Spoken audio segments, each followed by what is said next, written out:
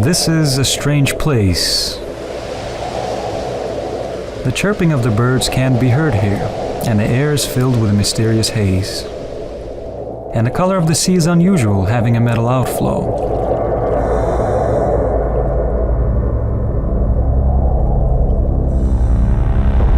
These waters are 378 meters deep.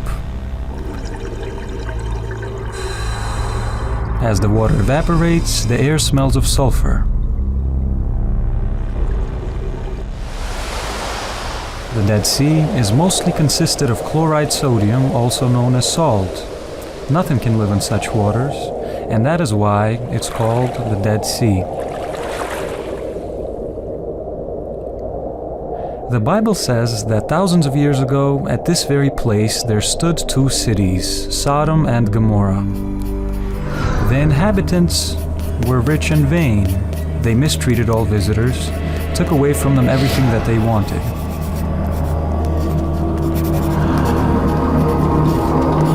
They also loved each other, but a strange love it was. Man loved man, and woman loved woman.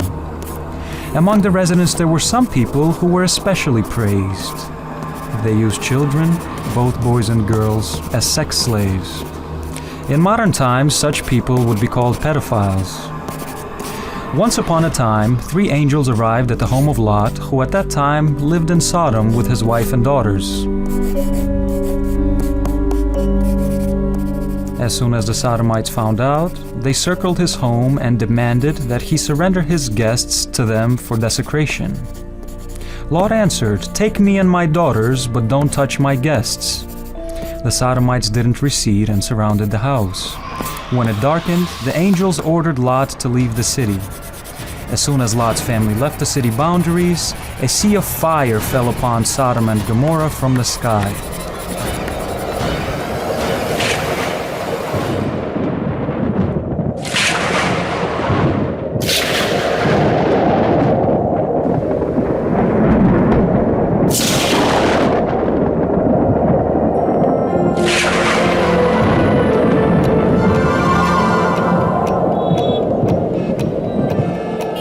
Years have passed, but this Phoenician demon, sating his belly with human sacrifices, is still devouring youth and children today. The world is cultivating sin, justifying it officially as LGBT. That's lesbians, homosexuals, bisexuals, and transgender. These communities reject the moral principle of the traditional family, and evil is now called a virtue and darkness light. Sin and debauchery are becoming a cult. Sin is being justified by aesthetics.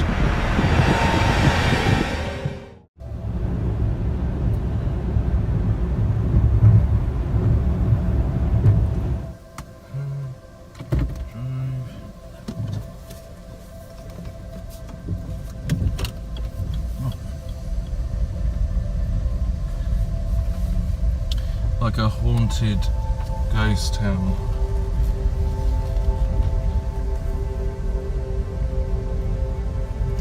Well everyone, welcome to Gomorrah.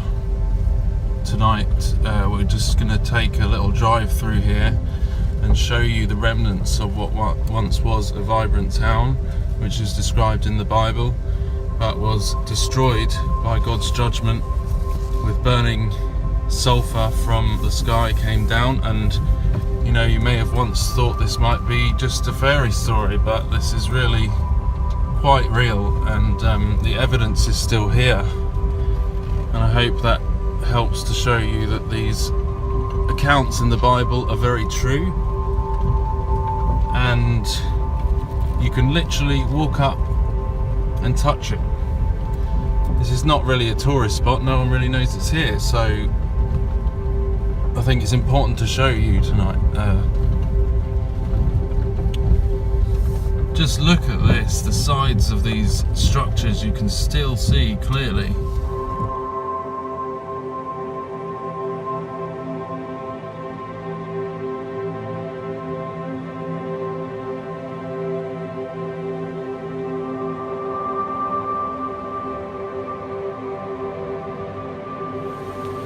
Wow.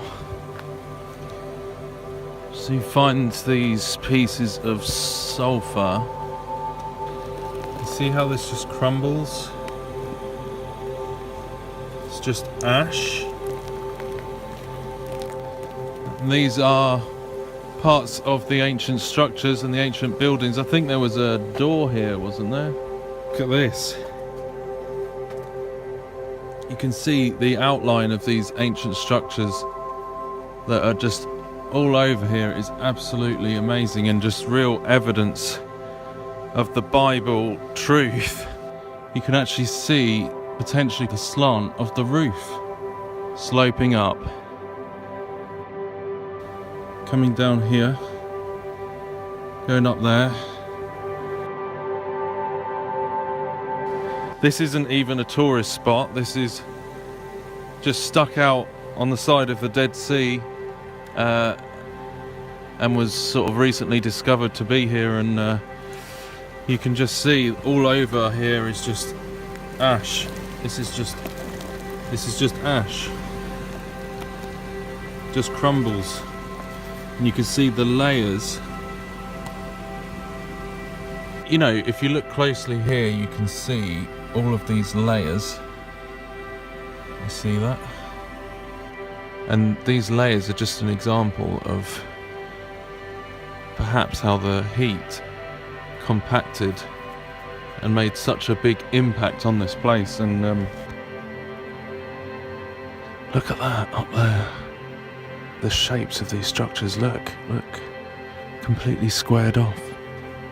This used to be some kind of feature, part of this old town that was turned to ash.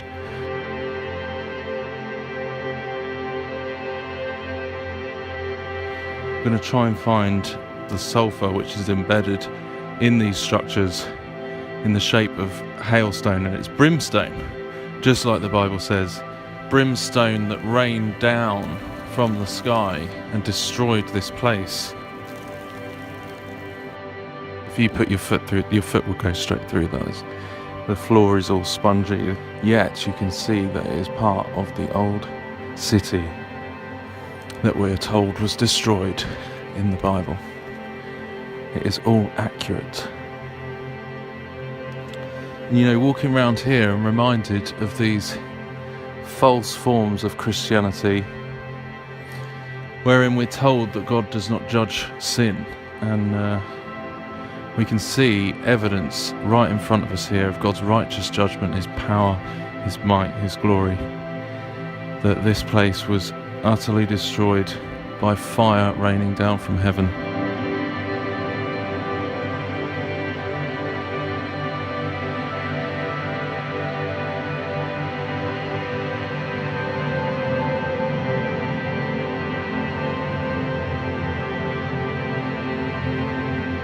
You can see, of course, the swirling in the rock, which would have been caused by the intense heat.